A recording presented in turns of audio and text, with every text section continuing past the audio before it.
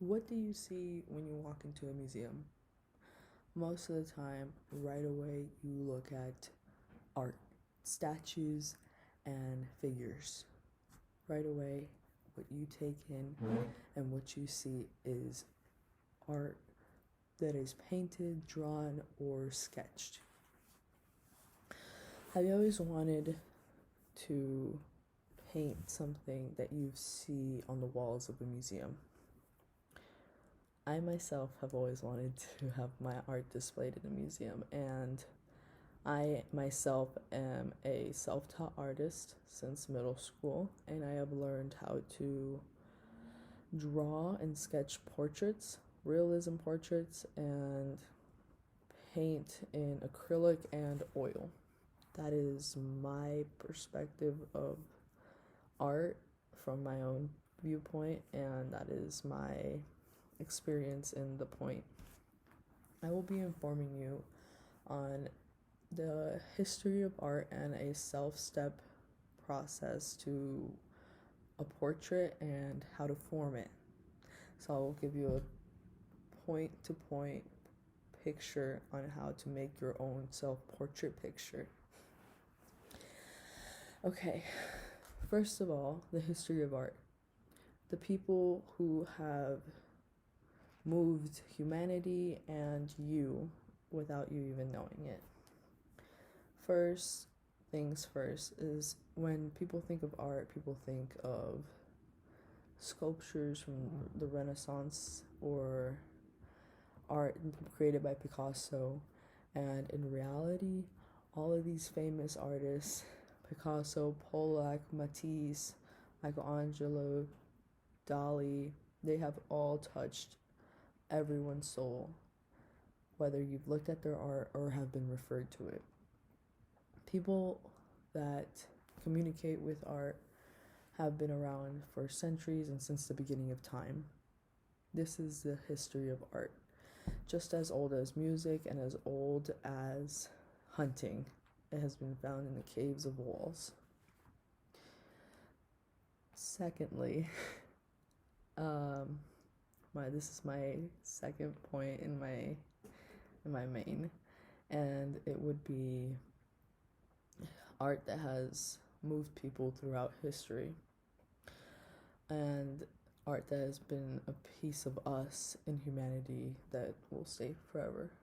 For example, number 11, Campbell, The Swing, Water Lilies, and those are just a few of the art pieces that have been widely known for art and have been widely known for being in museums.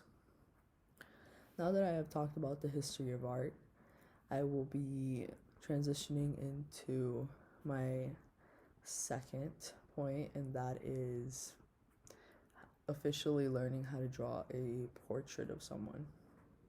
Self-portrait, if you want. But I'm going to be talking about lines. In order to have a portrait of someone or yourself, you have to start with lines, and that would be the outline of the face, the background, shoulders, neck, and hair, or arms if they're available. But you have to start out with lines, and that is your basic backgrounds and things that you're going to fill in, put detail in, etc.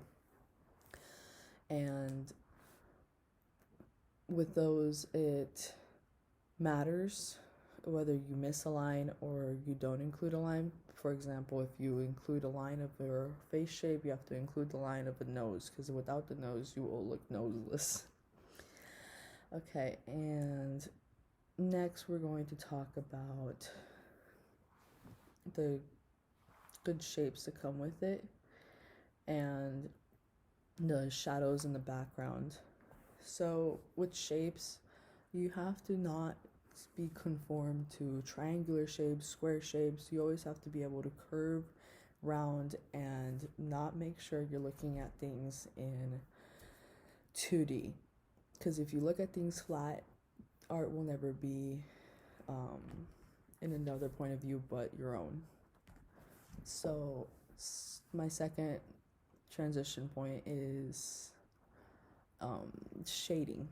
Shading. So, with shading in art and self portraits, it could be a shade of skin, which you start first off after the lines, you start doing a shading of the skin, and that could be in a darker tone, light, medium, in 2B, 3B, or 4B type of pencils if you're doing it in only pencils. If you're doing it with color pencils, that's your own choice, but that would be a form of shading.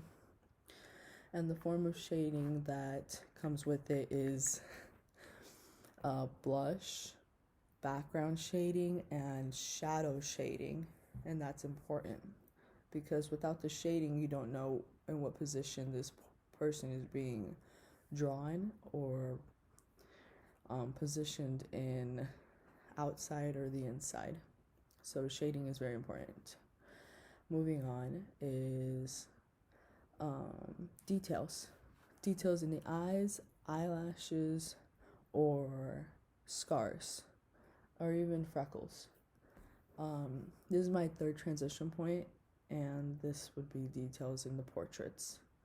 And that is important because it differentiates other portraits and it makes the person original and unique to your own art. For example, I have many freckles on my face, so that would be a great attention to detail for a self-portrait. So, not only that, but if you're doing a self-portrait or a portrait of someone else on their age, it's also important to notice the details of not only the scars, freckles, but the age details and the linings and the smile wrinkles or dimples. So, in conclusion, I have talked about the art history, and that was all the main artists I have pointed out, and the main pieces in art that have affected humanity and ourselves and our perspective of art. So that was my first main point. Transitioning to my first transition is art lines and how they are important to us and what makes a picture yours. The second transition point was shading, and shading to have blush or shading to have shadows. It really makes it all the difference. Third of a portrait, my third transition statement of a portrait would be the details, and that was age, details in the eyes, or details in the hair. It all matters when it comes to details. And that was my last transition statement. And remember that if you want to have your art displayed in a museum, it's possible as long as you follow the basic steps of having a portrait details. That's if you want a portrait in the museum.